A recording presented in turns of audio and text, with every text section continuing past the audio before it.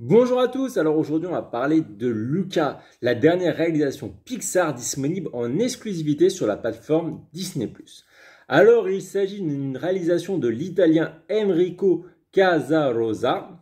Alors il avait été scénariste sur le film d'animation Coco, un film d'animation très bien, j'avais adoré.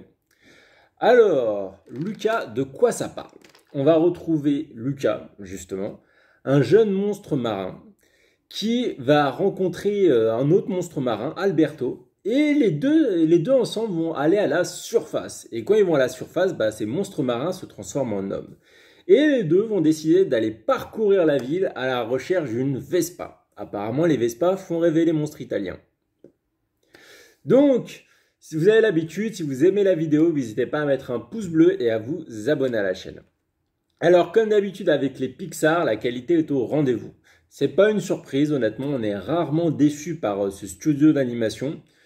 Et le seul petit bémol, en tout cas sur la manière globale de ce que j'ai envie de dire, c'est que malheureusement, à l'image de Soul, on n'a pas eu le droit à sa sortie sur grand écran alors que les cinémas ont réouvert.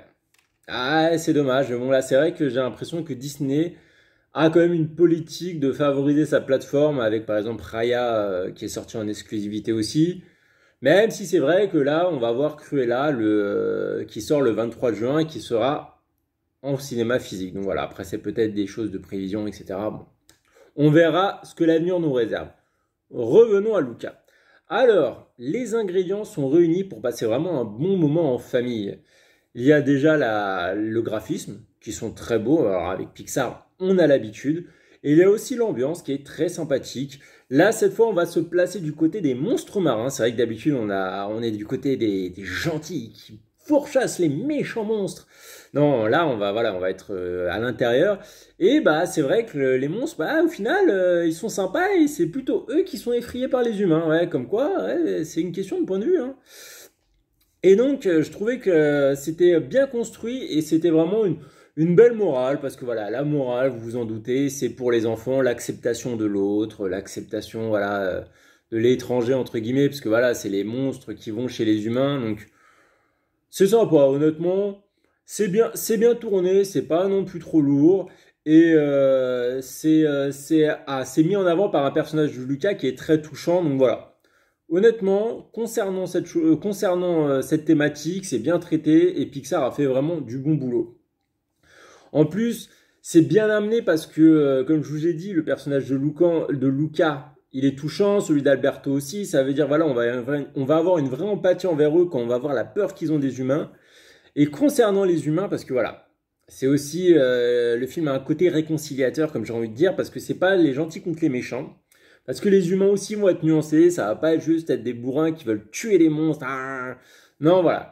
Il y a des petites nuances qui sont mises. Après, bon, bien entendu, il va y avoir le personnage caricatural par excellence. Bon, ça reste un dessin animé, c'est bon, on peut leur pardonner. Oh, ouais. Nous, voilà. Donc, non, non, c'est pas mal du tout à ce niveau-là.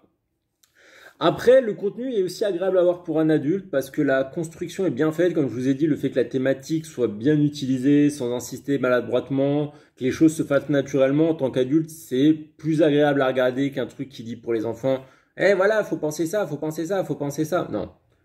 La Pixar sait faire les choses et ça se voit. En plus, concernant les blagues, il y en a, c'est sympa, ça fait rire, c'est pas non plus trop lourd, donc voilà, de ce niveau-là aussi, j'étais plutôt content.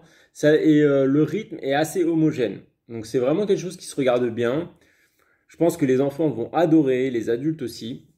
En tout cas, moi, j'ai beaucoup aimé. Pour un trentenaire, c'est bien.